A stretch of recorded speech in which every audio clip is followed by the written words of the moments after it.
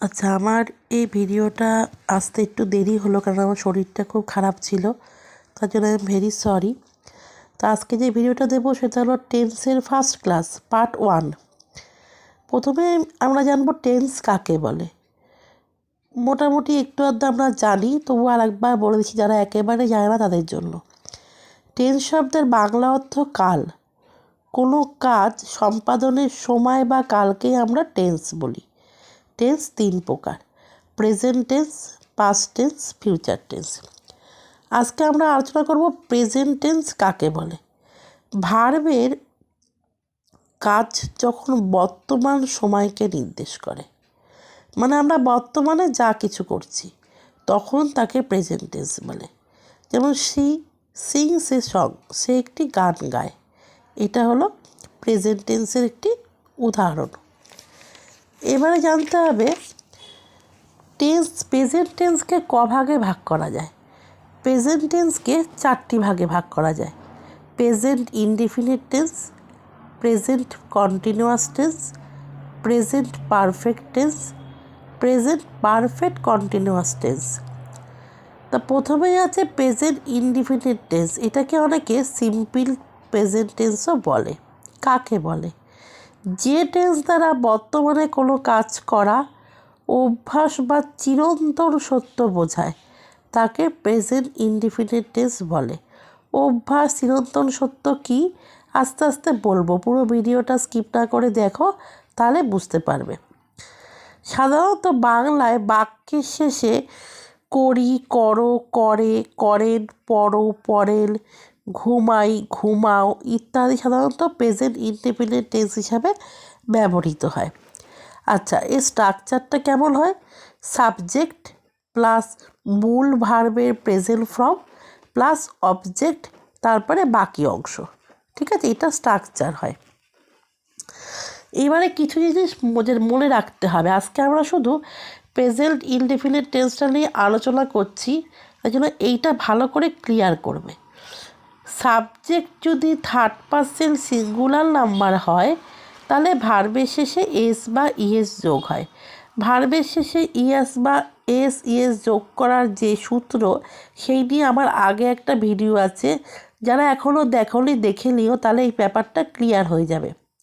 আর একটা মাথায় রাখবে, অ্যাফার্টিভ থেকে যখন নেগেটিভ করব সিম্পল ইনডিফিনিট টেন্সে বা প্রেজেন্ট ইনডিফিনিট টেন্সে, অ্যাফার্মিভ থেকে যখন আমরা নেগেটিভ করব তখন কিন্তু সাবজেক্ট অনুযায়ী ভার্বের আগে ডু নট আর ডাজ নট বসবে।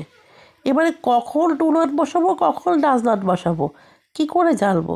দেখো, সাবজেক্ট যদি থার্ড পারসন সিঙ্গুলার নাম্বার হয় তবে ডাজ নট বসে, অর্থাৎ হি, শি, ইট এগুলো সব থার্ড পারসন এবার সিঙ্গুলার নাম্বার, তাহলে ওদের শেষে বসবে ডাজ নট নেগেটিভ করার সময়।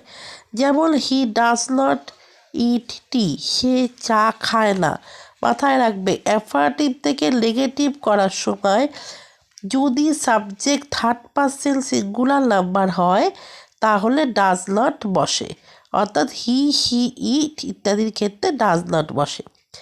এবার যদি subject first person, second person কিংবা প্লুরাল নাম্বার হয়, ফার্স্ট পারসন, সেকেন্ড পারসন কিংবা প্লুরাল নাম্বার হয়, সেক্ষেত্রে ডু নট হবে। যেমন I do not drink coffee, I first person, এখানে কিন্তু ডু নট হবে, আমি কফি খাই না। আশা করি বোঝা গেছে। যদি কোনো অংশ বোঝা না যায় কমেন্ট সেকশানে বলে দিও, আমি তাকে বলে দেব। নেক্সট আমরা এর ব্যবহার জানবো, মানে সিম্পল প্রেজেন্ট যে টেন্সটা কোথায় কোথায় ব্যবহৃত হয়। চিরন্তন সত্য বোঝাতে, মানে চিরন্তন সত্য বোঝালে কি মানে কি, যেসব সত্য কোনোদিনও মিথ্যা হয় না। যেমন the sun rises in the east, তারপরে কি the earth moves round the sun. এই যে সব জিনিসগুলো, যেগুলো সূর্য পূর্ব দিকে ওঠে, পশ্চিম দিকে অস্ত যায়, হ্যাঁ, এই যে জিনিসগুলো কখনো মিথ্যা হয় না, এগুলো চিরন্তন সত্য, এগুলো সবসময় সিম্পল প্রেজেন্ট বা প্রেজেন্ট ইনডিফিনিট হয়। আর কি অভ্যাসগত কর্ম, he goes to bed 10 o'clock everyday, সে প্রতিদিন 10টায় বিছনায় যায়। বা he go to school everyday, মানে সে প্রতিদিন স্কুলে যায়, যে অভ্যাস। তারপরে মাঙ্কি ইট ব্যানানাস, মানে হনুমান কলা খায়, এগুলো অভ্যাস, মানে নিত্য যে কাজগুলো হতে থাকে, সেক্ষেত্রেও কিন্তু প্রেজেন্ট ইনডিফিনিট টেন্স ব্যবহার হয়। আর কিসে ব্যবহার হয়? বর্তমানে আমরা যা কিছু করি, বর্তমানে যা কিছু করি মানে কি? We play in the garden, আমরা মাঠে খেলা করি। বর্তমানে যে কোনো কাজ যেগুলো আমরা করি সেগুলোর ক্ষেত্রেও কিন্তু এইটা ব্যবহৃত হয়। আর একটা মাথায় রাখবে, often, usually, sometimes, always, occasionally, every week, on Friday, twice, every day ইত্যাদি শব্দ বোঝাতে অলওয়েজ কিন্তু আমরা কি ব্যবহার করব?